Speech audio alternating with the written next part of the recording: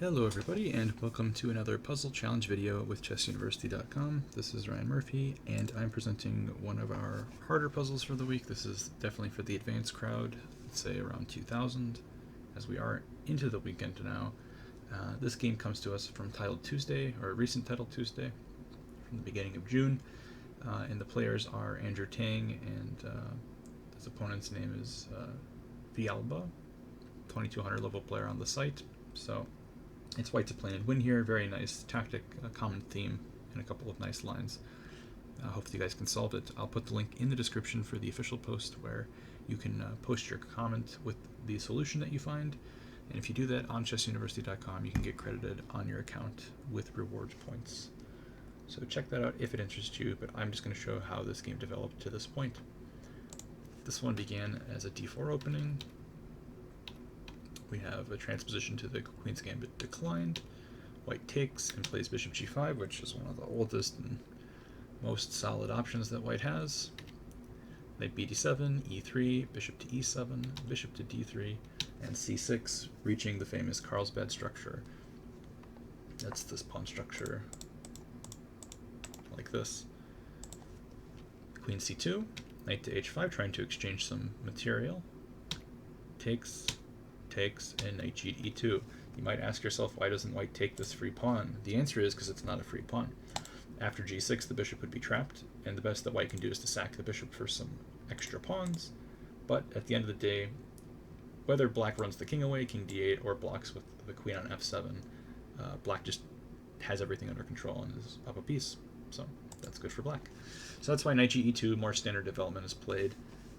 And here, one of white's major plans is to play for e4 at some point in the future, but the other idea is that knight g e2 keeps the option of castling flexible, so white can go either side with the king. Black goes g6. One of the nice long-term strategic ideas with this funny move, it's not so much protecting against this, because as we saw, that wasn't actually a threat. The idea is actually in many cases to exchange these bishops by way of knight g7, removing the knight, and then playing bishop f5 and trading the pieces like that. And then later, if white takes, then the knight goes to f5, then to d6, which is the best square for the knight, where it controls e4 and c4.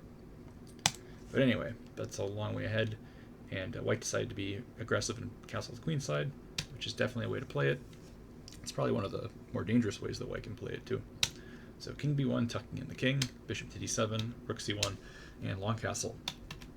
If we go back here, I think it's been found that if black immediately insists on this idea I mentioned a moment ago of playing knight to g7, then bishop f5, like white just makes way too much progress in the meantime. So for example, after king b1, if knight g7, though I do think it's a reasonable idea, there are many things that white can do. Rook he1 looks logical. This is a plan,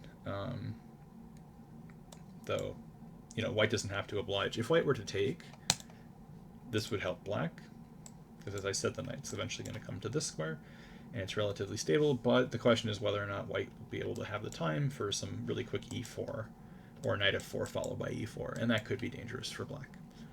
So, jury's out on that one. Anyway, rook c1 played by white, and long castles from black. So, they were worried about opposite side castling positions, which makes some sense, because, some of these pawn moves will come with tempo against the knight in the future if black had castled short, so it looks safer to castle along. So queen b3 was played, and now Andrew goes for a nice idea of just shoving the a-pawn up the board, trying to initiate an attack. Knight c8, a5, and already this looks kind of unpleasant because black's just purely defending, and this knight on the h5 square does not leave a very nice impression. So knight a4 played, knight's looking to come into c5 to put pressure onto b7 square. So king a8 to sidestep, get out of the pin. And now after knight c5, bishop to c8, knight c3, rook h to e8, knight on c3 to a4, knight f6. There is a tactical shot, which works specifically because the knight on f6 is hanging, quote unquote hanging. If we play a different move with black, one of the moves I mentioned earlier, and try to exchange this bishop, this tactic that Andrew played in the game will not work in the same way. It's still a dangerous position for black, but here, and the problem here is, of course, that you can't take with the knight like you'd like to, because, of course, the knights get forked. But you can still take with the pawn and try to have the e4 square, but it's still not pretty. Still, like, it's probably better to trade some pieces off than to get checkmated, but again, blitz game, hard to tell. All these decisions are difficult to make under time pressure. So in any case, after knight to f6, there is indeed a winning move for white. So if you see it, make sure you comment on the website. And in any case, I'll see everyone tomorrow for the final hardest puzzle of the week. Thank you for watching.